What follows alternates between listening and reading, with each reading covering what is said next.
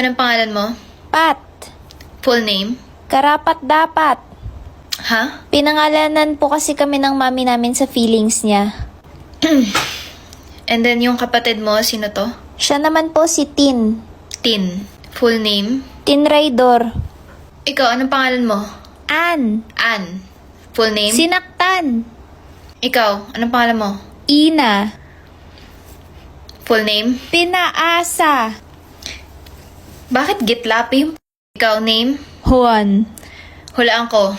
Inihiwan? Paano mo nalaman? Sino pa? May 3 pa po. Si Aga, Aga, Ali, Ali, Abi. Abi. Teka, ang cute ng mga names nyo ah. Nagkabalikan na po kasi mami at daddy namin nung ginawa sila.